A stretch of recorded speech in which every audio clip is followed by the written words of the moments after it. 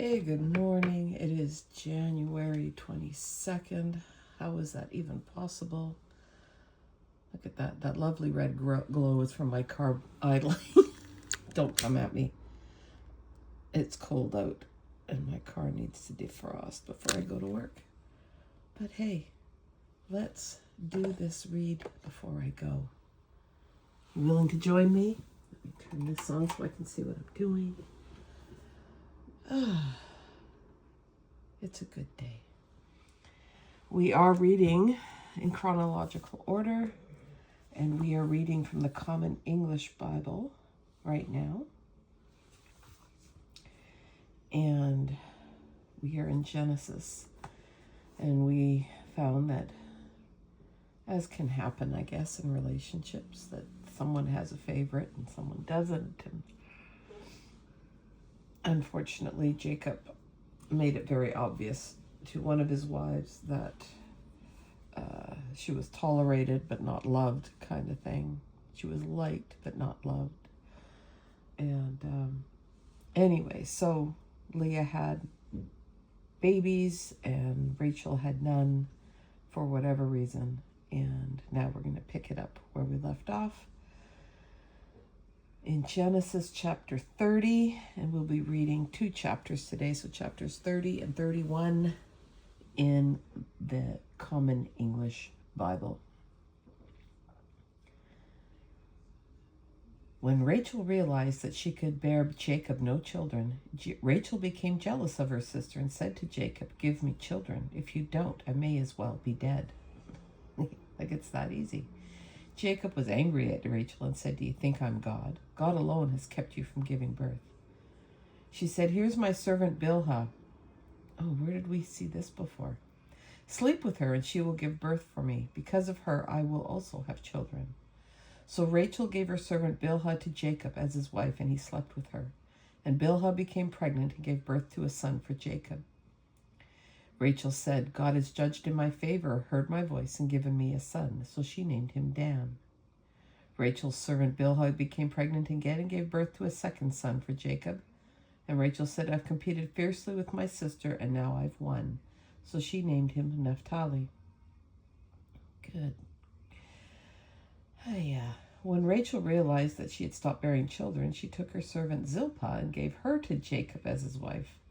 Leah's servant Zilpah gave birth to a son for Jacob, and Leah said, "What good luck." So she named him Gad. And Leah's servant Zilpah gave birth to a second son for Jacob, and Leah said, "I'm happy now, because women call me happy." So she named him Asher. During the wheat harvest, Reuben found some erotic herbs in the field and brought them to his mother Leah. And Rachel said to Leah, "Give me your son's erotic herbs." And Leah replied, "Isn't it enough that you've taken my husband? Now you want to take my son's herbs too? For your son's erotic herbs, Jacob may sleep with you tonight." So when Jacob came back from the field in the evening, Leah went out to meet him and said, "You must sleep with me, because I've paid for you with my son's erotic herbs." So he slept with her that night. Oh, what a mess. I wouldn't want to live in this house. God responded to Leah, and she became pregnant and gave birth to a fifth son for Jacob. And Leah said, "God gave me what I paid for, what I deserved for giving my servant to my husband." So she named him Issachar. And Leah became pregnant again and gave birth to a sixth son for Jacob. And she said, "God has given me a wonderful gift. Now my husband will honor me, since I've borne him 6 sons. So she named him Zebulun. And after this she gave birth to a daughter and named her Dinah. Then God remembered Rachel, responded to her, and let her conceive. And she became pregnant and gave birth to a son, and said, "God has taken away my shame." She named him Joseph, saying to herself, "May the Lord give me another son." After Rachel gave birth to Joseph, Jacob said to Laban, "Send me off so that I can go to my own place and my own country. Give me my wives and children whom I've worked for, and I will go. You know the work I've done for you." Laban said to him, "Do me this favor. I've discovered by a divine sign that the Lord has blessed me because of you. So name your price and I will pay it." Jacob said to him, "You know how I've worked for you and how well your livestock have done with me. While in my care, what little you had has multiplied a great deal. The Lord blessed you wherever I took your livestock. Now when will I be able to work for my own household too?" And Laban said, "What will I pay you?" Jacob said, "Don't pay me anything. If you will do this for me, I will take care of your flock again and keep a portion. I will go through the entire flock today, taking out all of the speckled and spotted sheep, all of the black male lambs, and all of the spotted and speckled female goats. That will be my price. I will be completely honest with you. When you come to check on our agreement, every female goat with me that isn't speckled or spotted, and every male lamb with me that isn't black will be considered stolen." Laban said, "All right, let's do it." However, that very day Laban took out the striped and spotted male goats, and all of the speckled and spotted female goats, any with some white in it, and all of the black male lambs, and gave them to his sons. He put a 3-day trip between himself and Jacob while Jacob was watching the rest of Laban's flock. Then Jacob took new branches from poplar, almond, and plane trees, and he peeled white strips on them, exposing the branches' white color. He set the branches that he had peeled near the watering trough so that they were in front of the flock when they drank, because they often mated when they came to drink. When the flock mated in front of the branches, they gave birth to striped, speckled, and spotted young. And Jacob sorted out the lambs, turning the flock to face the striped and black ones in Laban's flock, but keeping his flock separate, setting them apart from Laban's flock. And whenever the strongest of the flock mated, Jacob put the branches in front of them near the watering trough so that they mated near the branches. But he didn't put branches up for the weakest of the flock, so the weakest became Laban's and the strongest Jacob's. The man Jacob became very, very rich, and he owned large flocks, male and female servants, camels, and donkeys. Jacob heard that Laban's sons were saying, "Jacob took everything our father owned, and from it he produced all his wealth." And Jacob saw that Laban no longer liked him as much as he used to. Then the Lord said to Jacob, "Go back to the land of your ancestors and to your relatives, and I will be with you." So Jacob sent for Rachel and Leah and summoned them into the field where his flock was. And he said to them, "I'm aware that your father no longer likes me as much as he used to, but my father's God has been with me. You know that I've worked for your father as hard as I could, but your father cheated me and changed my payment 10 times. Yet God didn't let him harm me. If he said the speckled ones will be your payment, the whole flock gave birth to speckled young. And if he said the striped ones will be your payment, the whole flock gave birth to striped young. God took away your father's livestock and gave them to me. When the flocks were mating, I looked up and saw in a dream that the male goats that mounted the flock were striped, speckled, and spotted. In the dream, God's messenger said to me, 'Jacob,' and I said, 'I'm here.' He said, 'Look up and watch all the striped, speckled, and spotted male goats mounting the flock. I've seen everything that Laban is doing to you. I am the God of Bethel, where you anointed a sacred pillar and where you made a solemn promise to me. Now get up and leave this country and go back to the land of your relatives.' Rachel and Leah answered him, 'Is there any share or inheritance left for us in our father's household?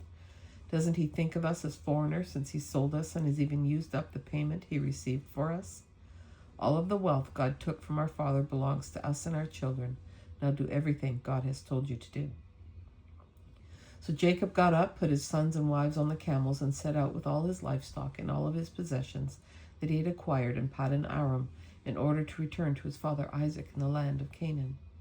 Now while Laban was out shearing his sheep, Rachel stole the household's divine images that belonged to her father. Moreover, Jacob deceived Laban the Aramean by not sending word to him that he was leaving.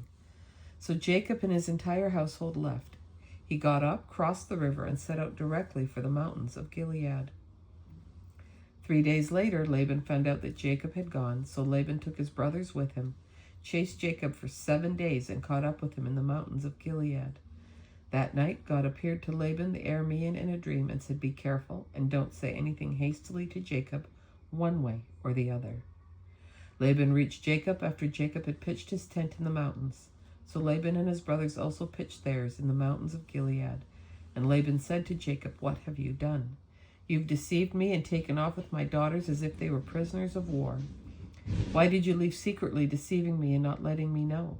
I would have sent you off with a celebration with songs and tambourines and harps. You didn't even let me kiss my sons and my daughters goodbye. Now you've acted like a fool, and I have the power to punish you. However, your father's God told me yesterday, be careful, and don't say anything hastily to Jacob one way or the other.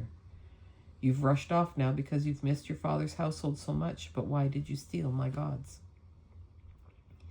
Jacob responded to Laban, I was afraid and convinced myself that you would take your daughters away from me. Whomever you find with your divine images won't live. Identify whatever I have that is yours in front of your brothers and take it. Jacob didn't know that Rachel had stolen them, and Laban went into Jacob's tent, Leah's tent, and her 2 servants' tents and didn't find them. So he left Leah's tent and went into Rachel's. Now Rachel had taken the divine images and put them into a camel's saddlebag and sat on them. Laban felt around the whole tent but couldn't find them. And Rachel said to her father, Sir, don't be angry with me because I can't get up for you. I'm having my period. All right. He searched but couldn't find the divine images. Jacob was angry and complained to Laban, What have I done wrong, and what's my crime that you've tracked me down like this?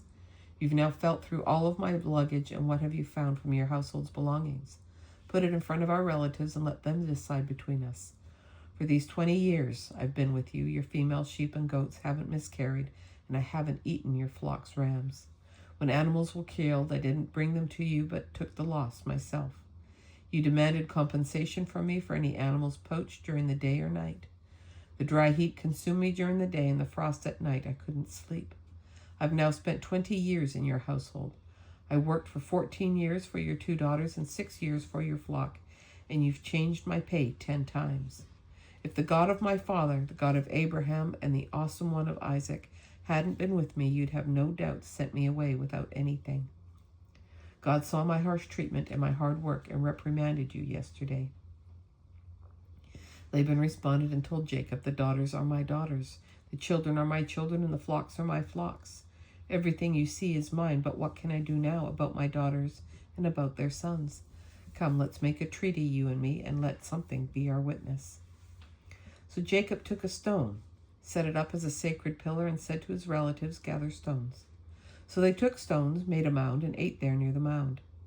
Laban called it Jegar Sahadutha, but Jacob called it Gilead.